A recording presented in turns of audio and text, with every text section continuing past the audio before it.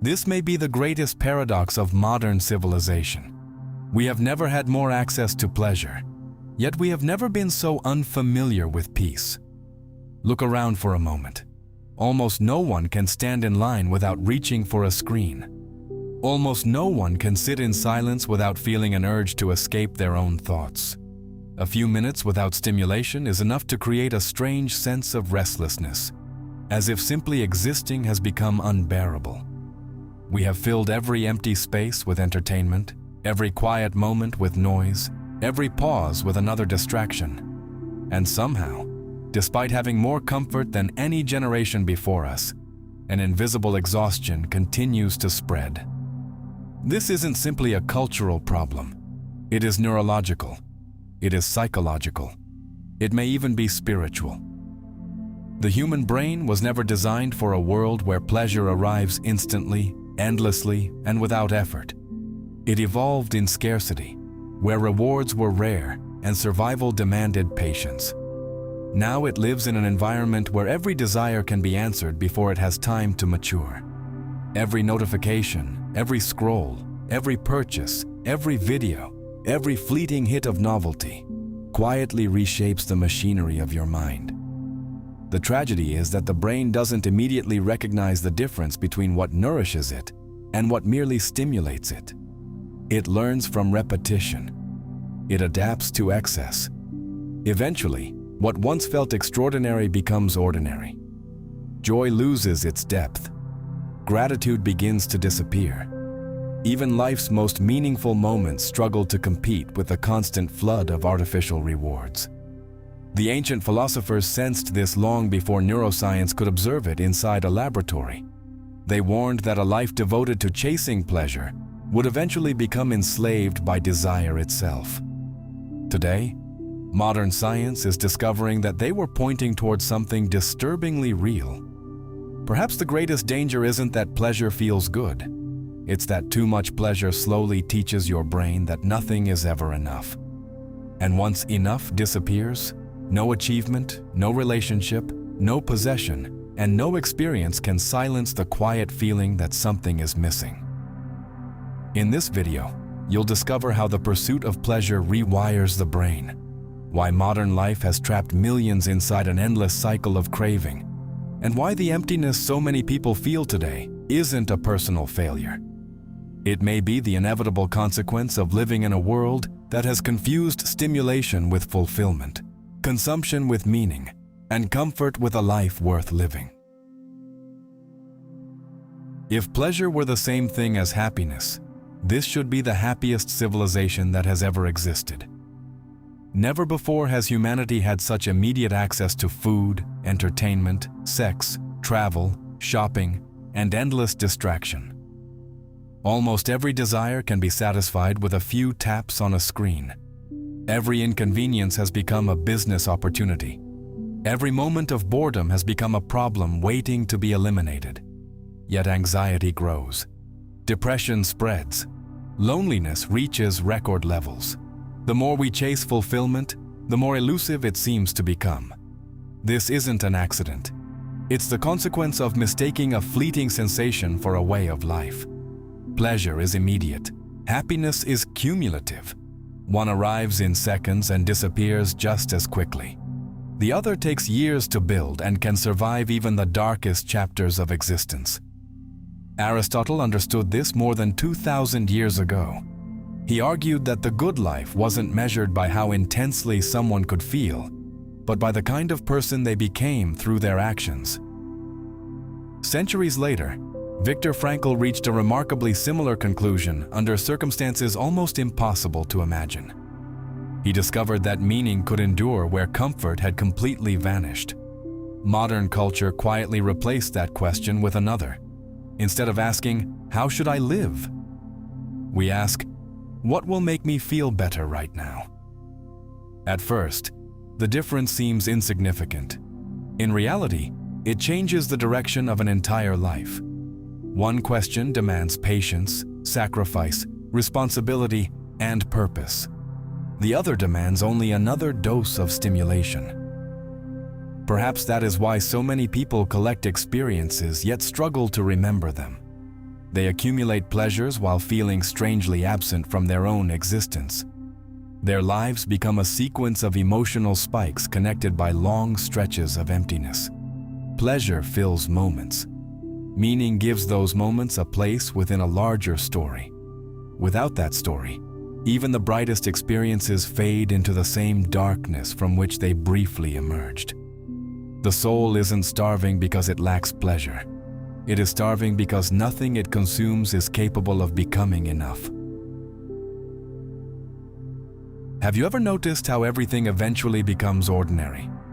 The phone you couldn't stop thinking about becomes just another object in your pocket. The dream job slowly turns into routine. The relationship that once filled your thoughts becomes part of the background. Even extraordinary achievements lose their emotional weight with enough time. Most people assume this happens because they have become ungrateful. The truth is far more unsettling. Your brain was designed this way. Contrary to popular belief, dopamine is not the chemical of happiness. Neuroscientists now understand that its primary role is anticipation, not fulfillment. Dopamine doesn't reward possession nearly as much as it rewards pursuit. It keeps your attention fixed on what might come next. It whispers that satisfaction is always waiting just beyond the next achievement, the next purchase, the next notification, the next desire. This system was once essential for survival. A species that stopped seeking food, shelter, or safety simply disappeared. Evolution favored restless minds because restless minds stayed alive.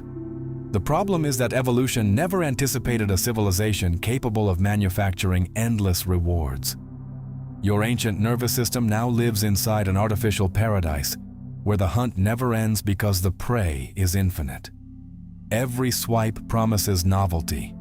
Every advertisement promises transformation. Every algorithm promises something even more interesting than what you're seeing now. Your brain adapts. Its reward threshold quietly rises. What once produced excitement barely registers anymore.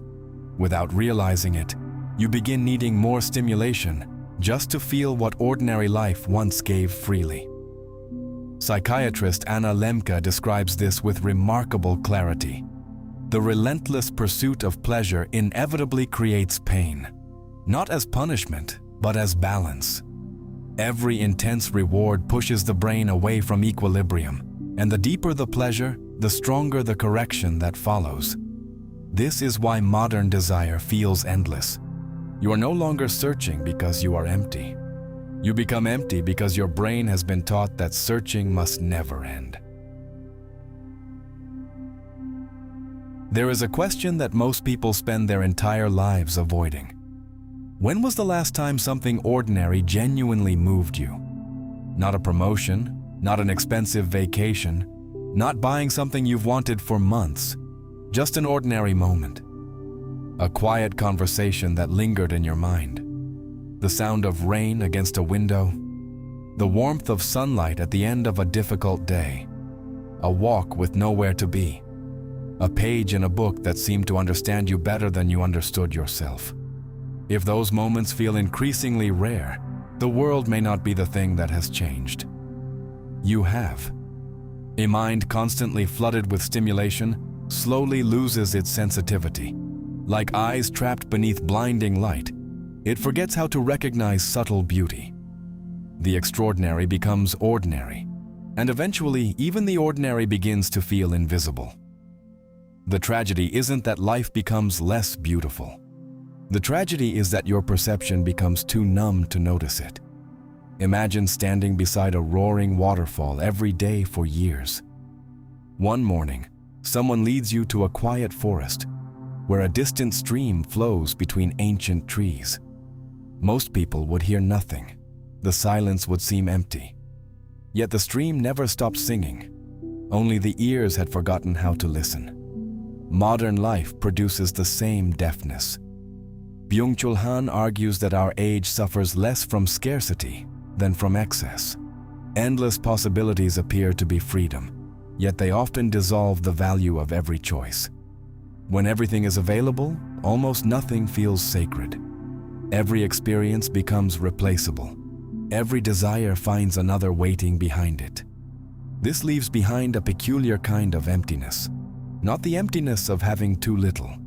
The emptiness of discovering that even after receiving almost everything you wanted, the hunger remains untouched. Perhaps this is the deepest wound excessive pleasure leaves behind.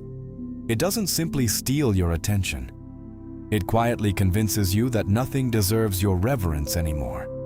And a soul that can no longer experience wonder begins to mistake existence itself for the source of its suffering, when the real loss was its capacity to encounter meaning in the ordinary. If your brain becomes whatever it repeatedly consumes, then one question becomes impossible to ignore. Who decides what your mind consumes every day? The greatest conflict of our time is no longer fought over land, oil, or borders. It is fought over attention. Human attention has become one of the most valuable resources on earth, because whoever captures it gains something far more powerful than your time. They begin shaping your desires, your habits, your fears, and eventually your identity. This didn't emerge from some grand conspiracy. It emerged from incentives. A satisfied mind stops searching. An unsatisfied one keeps scrolling. Every second you remain engaged becomes measurable profit. That is why so much of modern technology is designed without a natural ending. Infinite feeds replace final pages. Autoplay removes moments of reflection. Notifications interrupt silence before silence has the chance to reveal anything about yourself. The goal isn't merely to entertain you. It is to ensure that your attention never returns completely to you. Zygmunt Bauman observed that consumer society thrives by transforming content people into dissatisfied consumers. The product changes, the trend changes, the promise changes. Yet the message remains exactly the same. Your life would finally be complete if you acquired just one more thing. The tragedy is that this logic slowly escapes the marketplace and enters the soul. We stop consuming products and begin consuming identities, relationships, experiences, and even ourselves. Life becomes something to optimize instead of something to inhabit. Technology itself is not the enemy. It has expanded knowledge, connected distant lives, and solved problems previous generations could barely imagine. The danger begins when tools quietly become masters, when the noise outside grows louder than the voice within, when endless stimulation replaces contemplation. Because the moment you lose the ability to be alone with your own mind, you become remarkably easy for the world to persuade, distract, and ultimately control. The most important question was never what pleasure is doing to your brain. The real question is far more unsettling. Who is living your life? Is it you? Or is it every impulse that appears inside your mind, demanding to be satisfied before it has even been questioned? There is an uncomfortable truth that modern culture rarely acknowledges. Freedom is not the ability to do whatever you want. A person who cannot resist their own desires is not free. They are simply obedient to a different master. Every craving promises relief. Every indulgence whispers that this time will finally be enough. Yet the promise is always temporary. The mind calms for a moment, then immediately begins searching again. The cycle repeats until desire no longer feels like an occasional visitor, but the architect of your entire existence. The remarkable thing is that the brain is never fixed. Neuroscience calls this neuroplasticity. Every habit strengthens certain neural pathways while allowing others to fade. Every repeated choice leaves a small imprint. Over months and years, those tiny imprints become the person you recognize in the mirror. This is both terrifying and hopeful. Terrifying because no action is insignificant. Hopeful because no prison built by repetition is impossible to leave. But there is a price. Recovery demands something our civilization has almost declared unacceptable. Discomfort, silence, waiting, boredom. These are no longer ordinary human experiences. They have become places most people escape before they have spent 5 minutes inside them. Yet it is precisely there, beyond constant stimulation, that the nervous system begins to heal. The mind slowly remembers what peace feels like when it is no longer chemically negotiated by endless rewards. Viktor Frankl discovered that even in the darkest conditions imaginable, one freedom remained untouched: the freedom to choose one's response. Everything external could be taken away, yet the deepest form of liberty survived. Perhaps the same lesson applies today. The greatest prison is rarely built from walls. It is built from unconscious habits. The strongest chains are often invisible because they feel like personality. And perhaps the soul has never needed a life overflowing with pleasure. Perhaps it has always been searching for something quieter, something that cannot be bought, consumed, or endlessly chased. Meaning? Because pleasure can satisfy the senses for an evening. Only meaning gives the spirit a reason to wake up tomorrow. And maybe that is the forgotten truth of our age. Your brain may crave stimulation, but your soul has been asking for freedom all along. If this video gave you something to think about, imagine exploring over 100 exclusive members-only videos that go even deeper into philosophy, psychology, and the hidden patterns shaping our lives. You can even start with a free 1-month trial. And if you'd like to support this work without becoming a member, you can use Super Thanks. Every contribution helps keep these videos alive. But honestly, you're already helping more than you probably realize. Simply watching until the end, leaving a like, and sharing these videos with someone who needs them makes a real difference. Thank you for being part of this journey.